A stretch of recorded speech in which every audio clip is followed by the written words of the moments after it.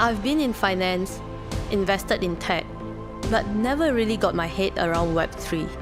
It's a controversial industry filled with scandals, where everyone seems to have a different opinion.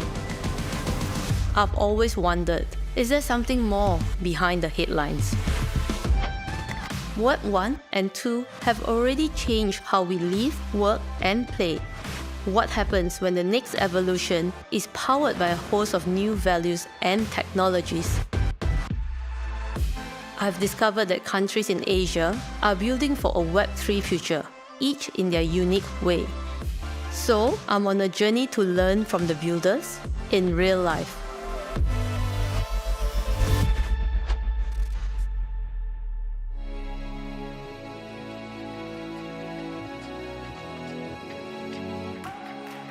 Singapore is known for being a financial and trade hub.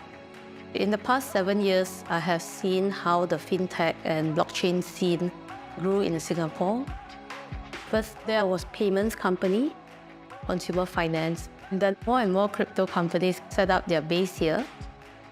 But I feel that even now, when you talk about crypto, there are two camps of people. People who love it and think that it's world-changing, it is the next form of currency. And then there are those who are still very skeptical because they think that the currencies have no value. Personally, I think it's important to learn about crypto because it is one of the building blocks of Web3. It will be very interesting to meet Zen, who is dubbed as the crypto queen.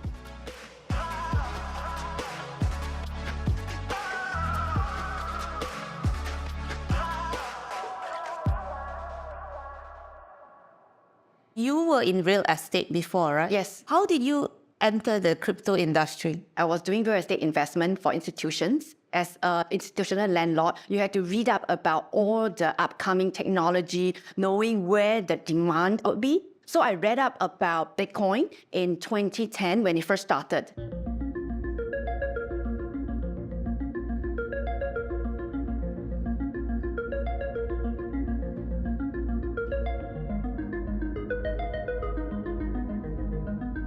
What really struck me is really about a P2P system. So what does it mean when you have a peer-to-peer system, right? It's really removing a centralized entity in between the two peers. When you remove the centralized entity, what you're actually removing is a risk of failure, it's a risk of bad players or inadequate risk management, for example. From this, it brings about a decentralized ecosystem that could be built to replace or enhance the many centralized systems that we have.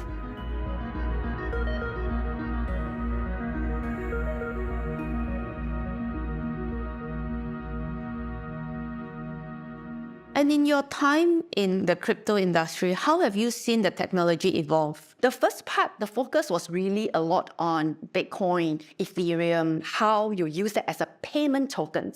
There are people who are aware of the potential of blockchain, but the application of it wasn't that much in the first few years until in the 2017-18, where you have the ICO boom, where the technology is used to create tokens and a decentralized business model.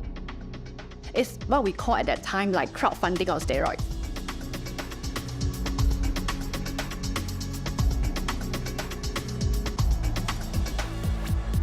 In a way, they are making fundraising more efficient and more democratic. You are letting the consumer own a piece of it, and whoever who are contributing to the ecosystem to own a piece of it. Of course, with that, you have the other side where you have scams and you have people just fundraising for the sake of fundraising and not really to innovate. Luckily, there was some innovation that continues till now. Bulk of the 9,000 cryptocurrency that exists in the crypto universe was birthed during the ICO days, where you have different kind of tokens representing different things. Financial assets, they are represented by certain tokens, platform tokens, some are governance tokens, some are membership tokens, utility tokens. I think this is the wide array of digital assets that form what I call like the software for the further development of Web3. Because Web3, fundamentally, what is really holding it up, right, is blockchain technology, the decentralized business model. So, some people think that Web3 is formerly known as cryptocurrency, just because cryptocurrency and tokens play such an important role in the Web3 business model and infrastructure. Is it necessary for Singapore to embrace Web3 technologies? Before we talk about the necessity of embracing, let's talk about the development, the whole speed of adoption of digital assets or cryptocurrency is fast moving right now. And the question is, if we don't adopt that, if we don't embrace that, what will happen to us? What will happen to Singapore? Without even thinking too much about it, you will know that you will be falling behind. The cost is huge. So I think there's only one way, is to really adopt it and embrace it in a lightning speed.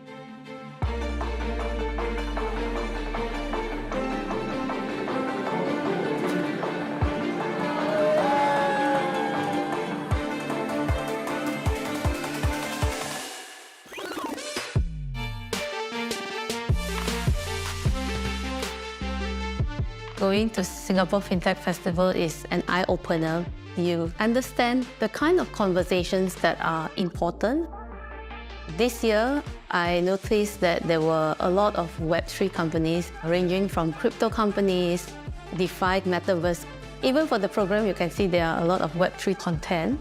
I think that to me signifies that the traditional financial institutions are slowly embracing Web3, blockchain, and even crypto.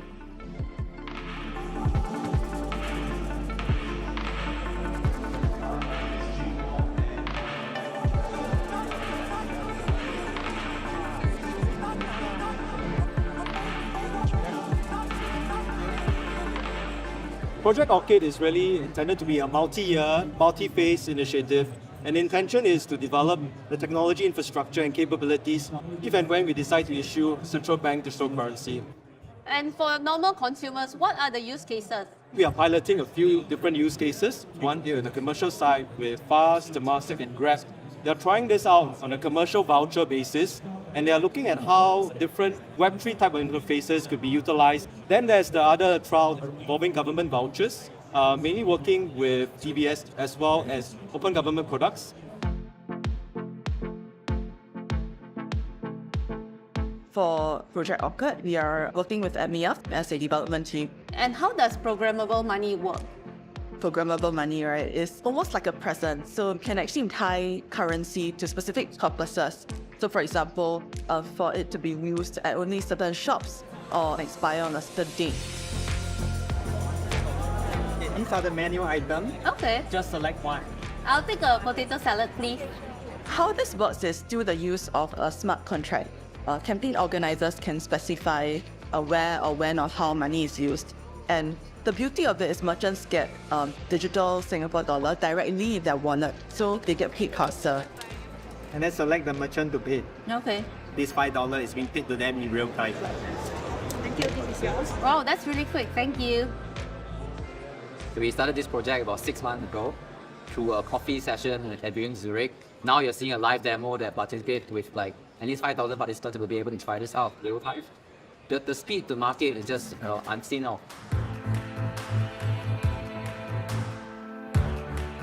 Project Orchid is one of the many initiatives that MAS have spearheaded.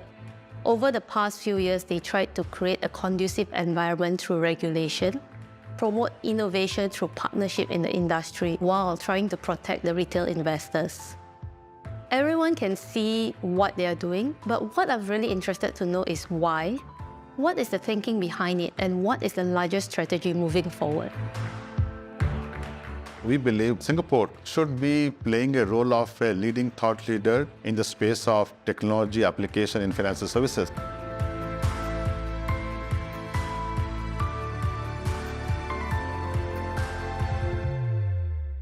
At the recent Singapore Fintech Festival, I noticed that there were a number of Web3 companies that are exhibiting alongside the traditional finance and fintech companies.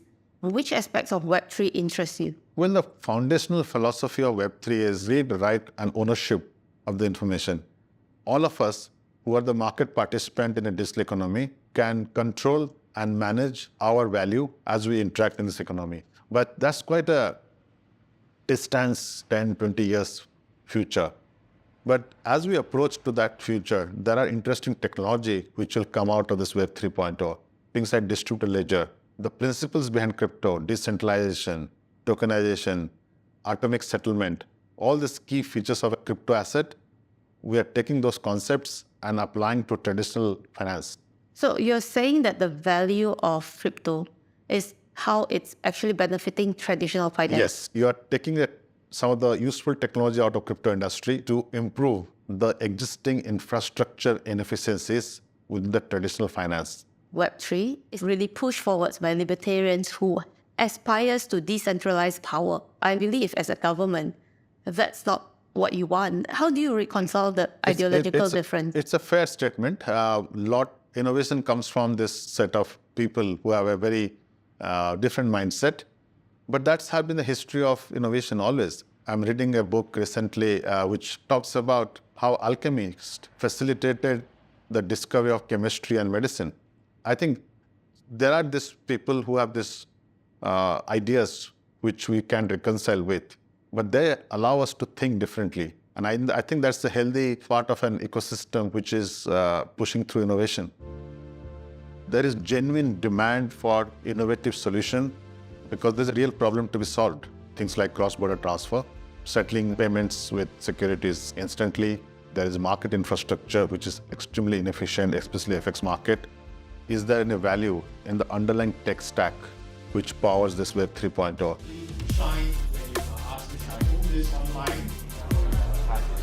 That's the problem. Our solution is embedded in the real card in Korea. We use the blockchain to solve the insecure authentication process in both centralized finance and decentralized finance. We tackle the burden of compliance and KYC. That's actually a very fragmented process for most regulated entities.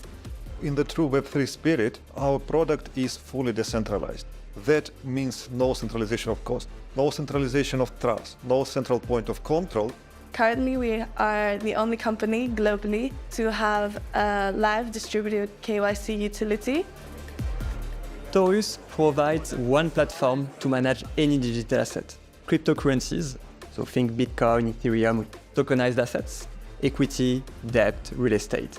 Digital currencies, think central bank digital currencies and stablecoin.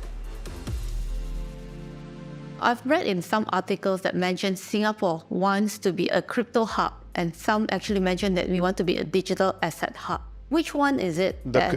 Singapore as a crypto hub was a media narrative. Is this? We never said that Singapore wants to be a crypto hub. If there's a real demand in the future of finance for digital asset, Singapore wants to be a leader in the digital asset space because there is a real economic value behind this.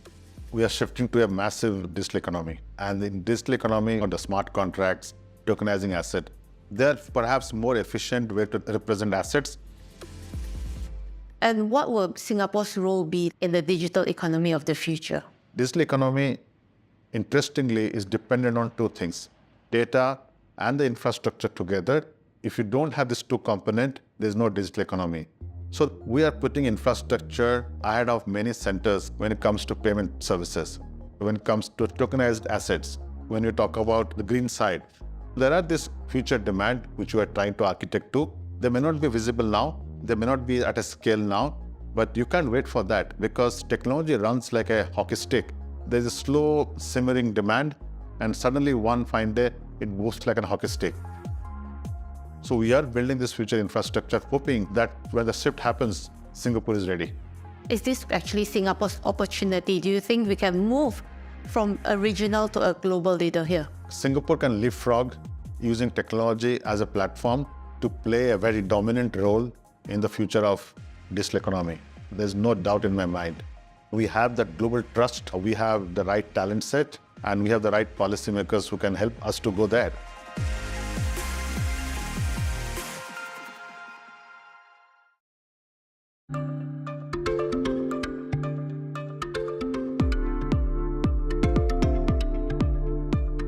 In Web 2, it was always very driven by people who were of that generation. So for example, Facebook was started by Mark Zuckerberg. But I realized that in Web 3, there are a lot of big boys, a lot of corporate. 2022 was a very significant year for institutional adoption globally. Tencent filed for patent for metaverse concerts. American Express launched product allowing users to earn crypto rewards. Nasdaq announced crypto custody service. The People's Bank of China extended the trial of eCNY CBDC. As the big boys embrace this frontier technology, I believe that Web3 is slowly becoming more and more mainstream.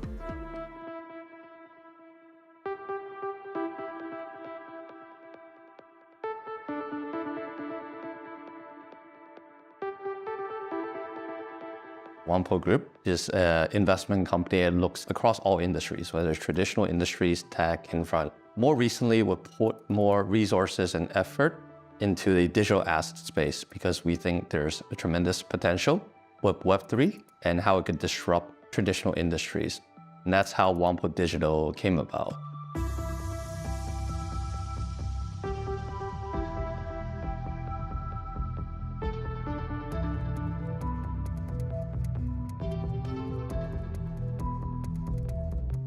You are focused solely on Web3 and cryptocurrencies, is that right? That's correct. The founders of your fund come from very prominent families. Are they not worried about being associated with an industry that is plagued with scams, hacks, and frauds? We need to take a step back first to think about technology industry in general. Scams, hack, failures, and all that. You know, it's more commonly we can just call it bubble. And bubble is something that has been pretty commonly seen in previous cycles where there is significant innovation.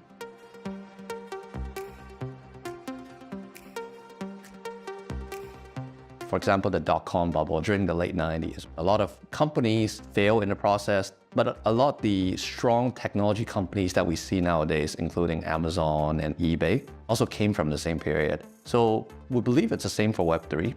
Family offices tend to invest long-term and invest for generations. For Web3, is that something that you're looking at? Yes, absolutely. I think our ethos of long-term investment and fundamental value definitely applies to Web3. In fact, I would say we put more emphasis there given the nascency of the industry and how innovation happens every day. What our fund focuses on is on the mass adoption angle because we believe that is the pain point of the industry at the moment and also the biggest factor that would drive this industry going forward. What do you think will drive mass adoption? It comes down to two basic things, users and use case. What we see in Asia is actually very, very unique. For Southeast Asia, the blockchain adoption is probably faster than US, Europe, or even China, just in the amount of sheer users. Markets like Indonesia, Vietnam shares a very similar characteristic. There's still a very high mobile penetration and internet penetration.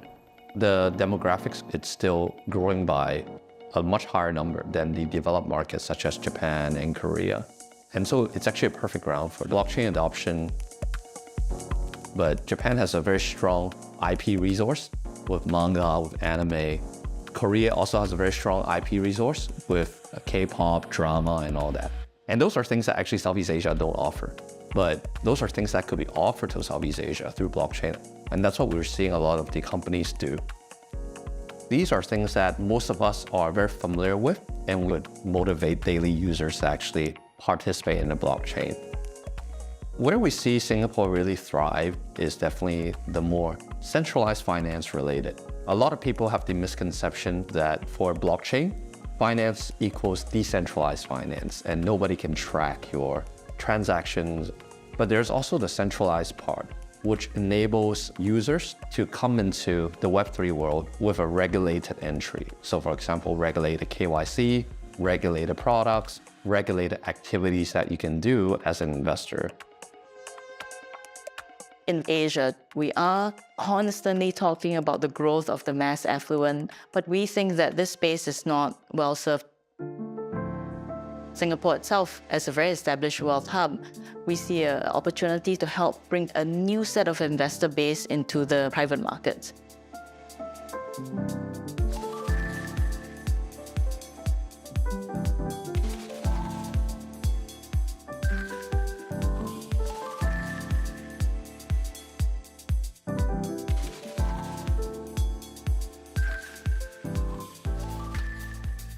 Why do you use the blockchain? Isn't the current solution good enough? There is no really current solution. Part of that was nobody thought that private markets should be invested by mass affluent because the design is very different. Private equity funds are, for example, 10 years long. Venture capital as well. Hedge funds have a different risk profile. Over time, investors are starting to see that they do need alternatives to add into their portfolio. And the infrastructure now exists to tap that very, very large mass affluent base. I'm not wealthy enough to have $1 million hedge fund in my portfolio, right? But I would certainly want some 20,000 or 50,000 exposure. So what we do is we take these products, for example, private equity, venture capital, hedge funds, credit. We put a securities wrap around investable items. We tokenize that and it trades on our platform.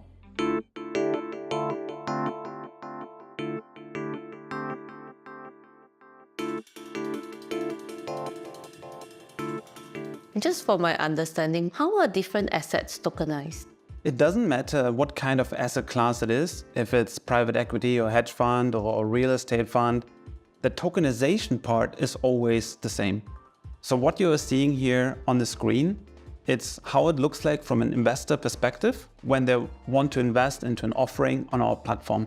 For example, you can see this company wants to raise $1 million. We can see that the price per token is $100. There are 50,000 tokens available. Once this offering closes, we start with the tokenization, and that is where the minting or the creation of the digital securities happens. On the screen, we can see our blockchain explorer, which records all the actions that are happening on our private Ethereum chain. You can see here how 50,000 new blocks are created and distributed to the investor wallets. If there's any transactions, for example, if an investor buys or sells, then we could see that this block has recorded these transactions. You published a report with Boston Consulting Group. You mentioned that tokenized assets will grow 50-fold, right? Can you tell me more about your predictions? We basically predict everything will be tokenized. I think tokenization will slowly take over current world databases and current world processes. It's not just financial markets, it's real assets that will be on blockchain. Real estate, a piece of art. Already supply chain is looking at how do you tokenize information across that. Blockchain is such an interesting technology that it opens the space to everything.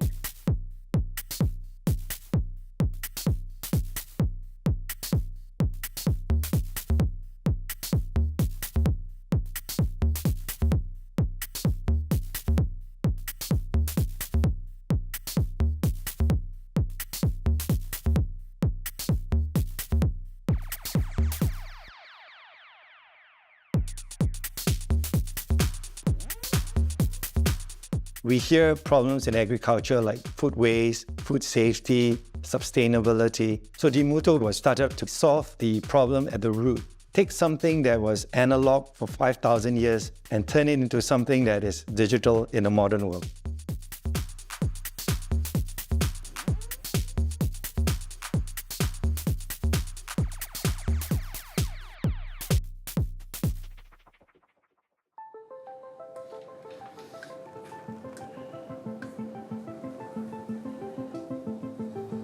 This is DACI.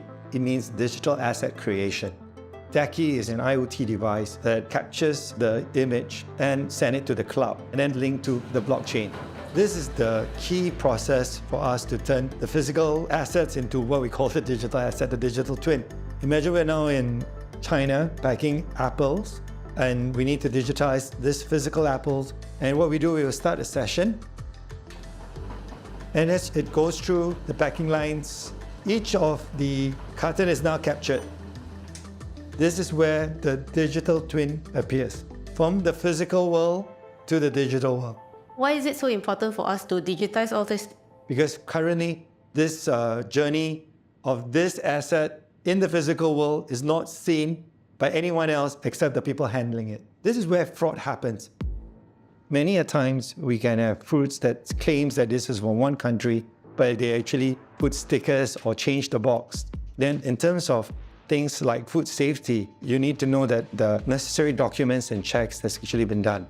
So with the digital twin on the platform, we're now able to have an identity of each carton box. And with this identity, you are able to see who packed it, what was unpacked, when was it received, every inspection that was done. All that details are now captured and put into the blockchain. How does your solution actually solve fraud? When you use the blockchain, a lot of this information becomes only one truth, and you can't change that transaction anymore. You can't say, oh, sorry, I made a mistake, and then that line just gets deleted. And that data, it's actually timestamped. So it may not prevent fraud, but it definitely can capture the fraud happening because you know who did what, when. You use a lot of technology here to disrupt an industry that has been around for many years. But what is actually your business model and how is it sustainable? From the trade data and the digital assets, we're able to provide a lot of insights on our trade management platform. Do financial services in terms of lending and create our marketplace where you actually know who your buyers are and your suppliers are, and they're all fully transparent. This ecosystem idea is really how our sustainable business model is all about.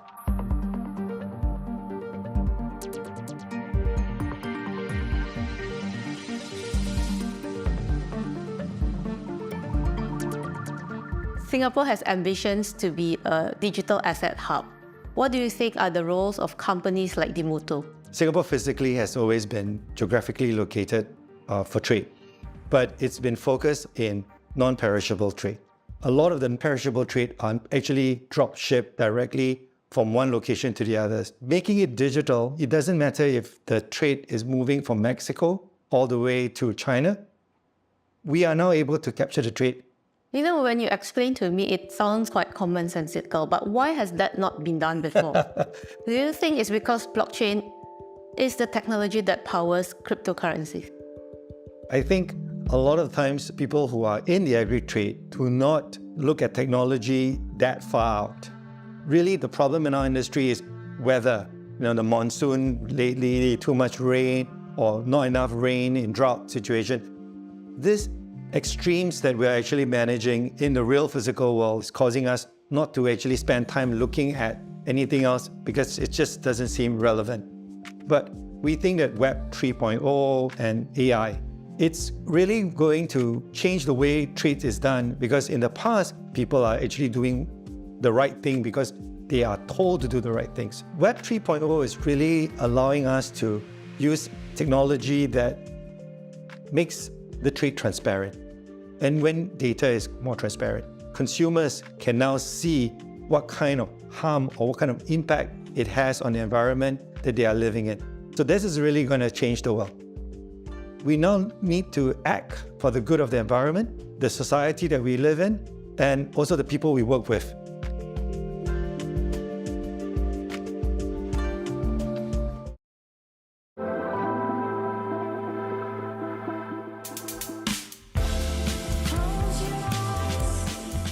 In my Singapore journey so far, we have seen how Web3 technologies like blockchain is used to enhance business processes in finance and trade and make them more efficient.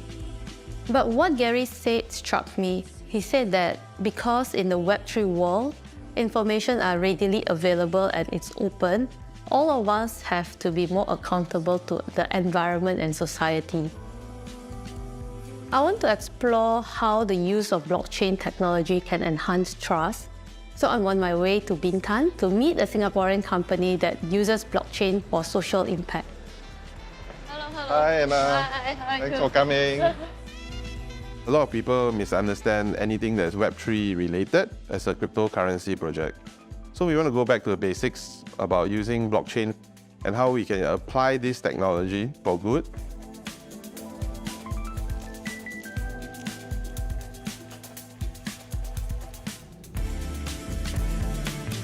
We are going to see a water and sanitation project. It's called Safe Water Gardens. Open defecation actually causes a lot of deaths in Indonesia, and they try and improve their living standards by giving them proper sanitation. And we're going to view it in person, physically, and do due diligence. A lot of the projects claim to be transparent and they want to raise funds and do good. But if we cannot have data to verify how the funds are used, what's the social impact, then we won't onboard them for fundraising. Hi, good morning, Dr. Mark. How are you? Hi. This is Anna. Hello, Anna. Nice to meet you. Yeah, likewise. It's very important for us when we bring on a project that they are really serious about that transparency element. We are very conscious of the fact that when we raise funds, we need to be accountable, not just as a platform, but for the projects that we onboard. So before I show you the safe water garden, I first show you the toilet. This family didn't have a toilet before, open defecation. That's about 5% of the Indonesian households still suffers from that. The toilets are next to the safe water garden. Then these two bits of wastewater go into this tank. This tank liquefies the wastewater and is safely released into the garden. So they're planting chili and papaya here. In Indonesia, you need rice and you need chili, no matter how poor you are. If you can grow your own chili, you save 10-15% of the household income. So how much does this whole system cost and how many have you installed so far? In Bintan should be around 600 plus now, and in all of Indonesia about 700. We want people to build it themselves. So taking those costs, that toilet is less than 200 Singapore dollar on average. The safe water garden is somewhere between 500 to 600 dollars. But we try to encourage people to share, because then the cost goes down to less than $300 per family. And that one the Indonesians can afford. Ibu bakal rekomendasi WC-nya enggak? Senang. Tapi biasanya kami di hutan-hutan WC-nya. Jadi ini alhamdulillah ada dikasih kan. Terus aku bisa dapat ininya, bisa pakai, bisa mandi, nggak kena hujan. Bahagia aku.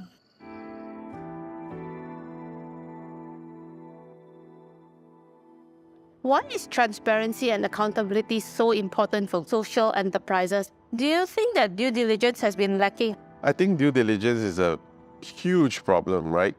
People pledged a certain amount to charity, but when funds are raised, you don't actually have that transparency. Sometimes they don't reach the beneficiary as promptly as we would like to, or there's a lot of intermediary expenses that are incurred along the way, and then your $10 doesn't actually reach the beneficiary, maybe only $5 or $6. That's why we embrace blockchain technology to show and demonstrate how funds are really used, how much actually it reaches the beneficiaries, and how this social impact is measured. We automate how funds are administered.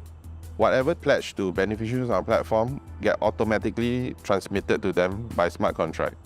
I think that should be the new standard in accountability to your donor. Can you tell me a little bit about data that you collect? In the past, what we did is we talk always with the village chief. So like, who are the poorest people? Who do you think needs the system most? We would rely on them to make the right choice. Then I started to talk with the village people about data. To my surprise, they also want data, because the Jokowi government has said we want to do good things for the people, but we need to measure it. The village chief actually want data also. Terus untuk kepemilikan jamban tuh saya bikin sendiri pribadi. Bikin sendiri ya, pribadi. So we do the whole village now, measure what the situation is before we intervene. That gives us our baseline. Then we go back after 3 months, 6 months later, and 9 months later to see how is it going with the micro farming. We check if they have started a micro business, which is something that the government really hopes they do, because they want villages to have an economic future. And they can, because once they have water and sanitation, they could start a small restaurant, maybe sell some lemonade, maybe do even a homestay. And so we measure that too. What he's saying is very true. They're very big on data now, and blockchain is used across all sectors in Indonesia, inclusive of how they monitor agriculture projects, water projects. What do you think of the use of blockchain for the region? I think anything that improves transparency should be considered because it improves the business process, it improves accountability, not just to your organization, but to your stakeholders, to the public.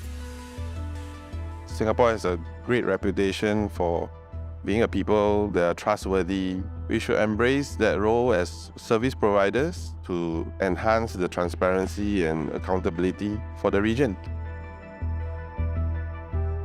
Web3 certainly promises many new approaches that can complement and build up digital trust, particularly the use of blockchain and smart contracts, but it's not perfect. Web3 itself, particularly the metaverse, also need to be augmented with some of the existing trust technologies.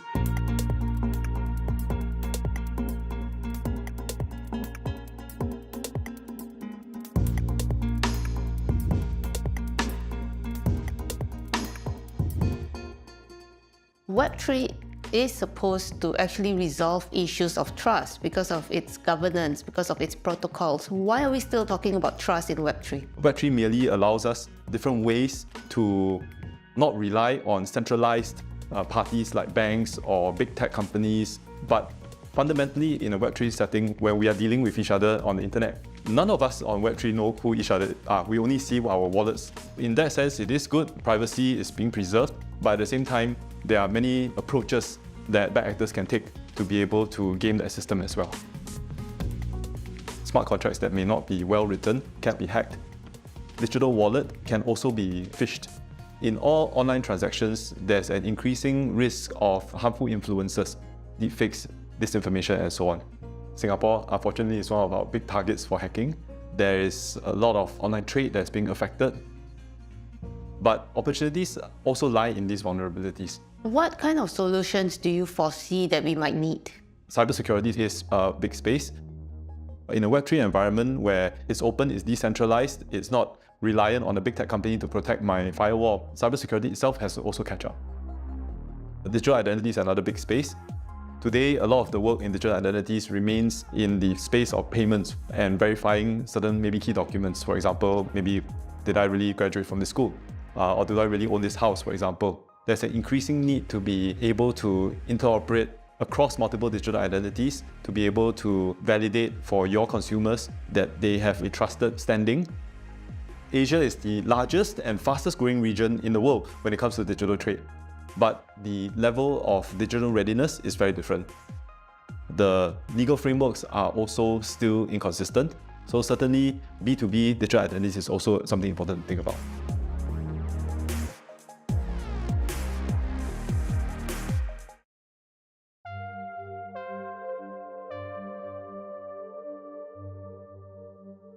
If you look at big disruptive innovation, it's often driven by a very strong belief that there is a better way of doing things. That's really the genesis of Affinity. We want to be on the right side of history.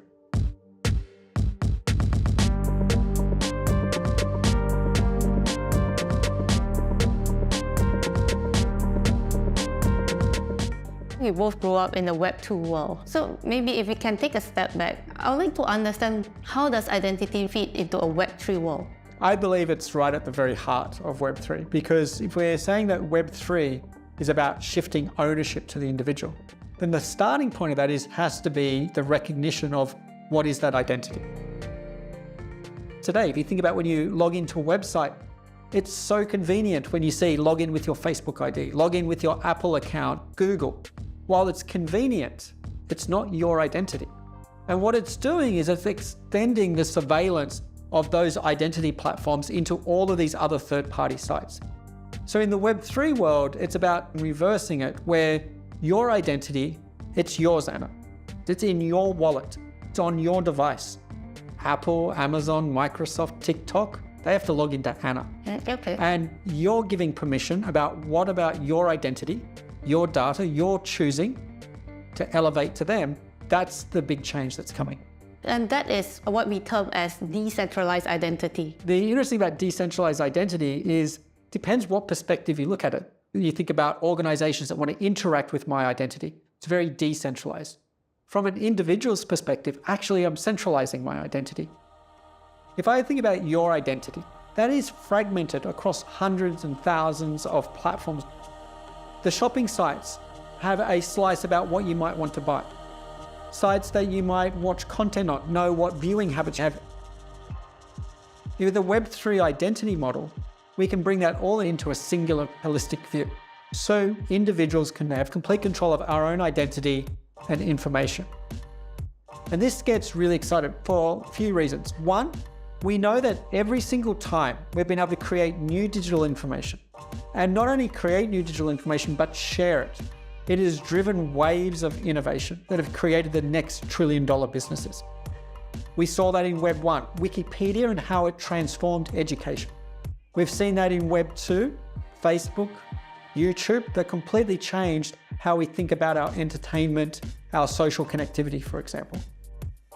I don't think we know what the next trillion-dollar businesses will be in the Web3 world, but they are absolutely coming. They're going to come built on the back of this new form of identity and this holistic view of oneself.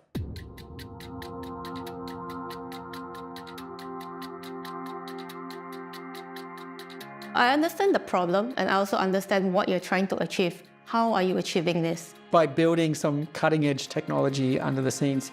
We are creating the tools and services that allows us to create holistic identities for ourselves.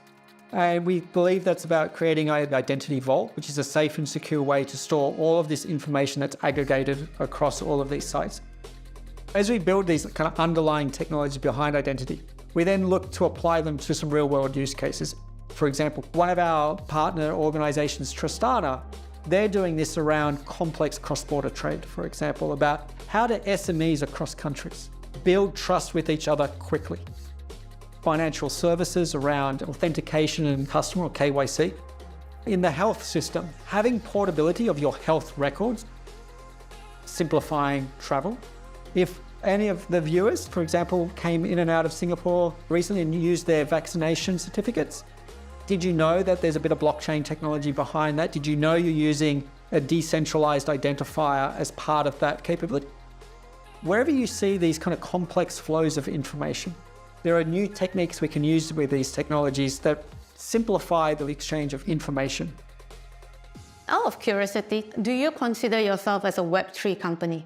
I love this question. No, the simple answer is no. And the reason for that is, I think it's a really bad label. I think Web3 is an overladen term. I think it means vastly different things to different people. We are an identity company. And while we utilize technologies from the Web3 world, I don't think we can ignore rapid increase in artificial intelligence, quantum computing becoming more mainstream. We're seeing robotics and automation. It's the convergence of all of these technologies at the moment and over the next 5 to 10 years that is going to drive a wave of innovation that will be incredibly disruptive. I've seen how Singapore is laying down the foundations for a future digital economy. By building the financial infrastructure to power future finance, platforms that facilitate the flow of digital assets, and even build solutions in identity to tackle issues at the heart of our online interactions. But there's another important piece to the puzzle. We use metaverse and artificial intelligence technology to build a platform for us to optimize data center operations.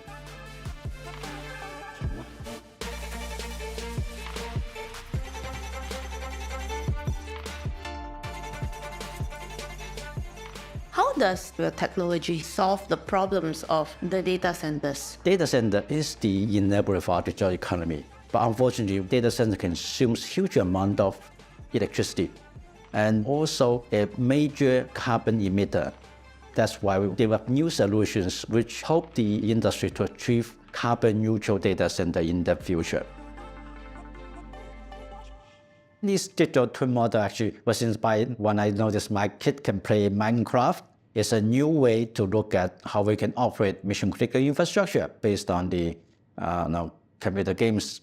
We can connect to the data center management systems and find out all the hotspots currently existing in their data center rooms and recommend actions generated by our AI engines to help them to further reduce energy consumptions. Your technology is also being used to develop tropical data centers. Can you tell me more about the project? The tropical environment facing the challenge of high temperature and then high humidity. So this project is a platform which open to all the researchers to test out new advanced cooling technology. ASEAN has become one of the highly dense data center region. So we aim to develop this technology for our tropical environment and export this capability to the adjacent countries in the ASEAN area. Aside from environmental benefits, an interesting fact of the work done by the Sustainable Tropical Data Centers is that it's funded by National Research Foundation. This is an agency that reports directly to the Prime Minister's office. Actually, this is what I find most interesting in my Singapore journey. Most of the companies that we have met are building the future with significant backing from Singapore's most prominent institutions. Affinity is 100% owned by Sovereign Wealth Fund, Temasek. Dimuto counts SG Innovate as one of its investors. SG Innovate is a government-owned innovation platform focused on deep tech. ADEX is a startup backed by the Singapore Exchange, and Whampoa Group is a multi-family office anchored by principals from the Lee clans. On one hand, it's ironic to see these startups building for a Web3 future with funding from centralized institutions. On the other hand, this shows Singapore's ambition to be a major player in the Web3 space. Singapore has continuously evolved from a fishing village to a trade hub and to a financial powerhouse. Perhaps this is the next evolution for Singapore as it repositions itself to be a global leader in the digital economy.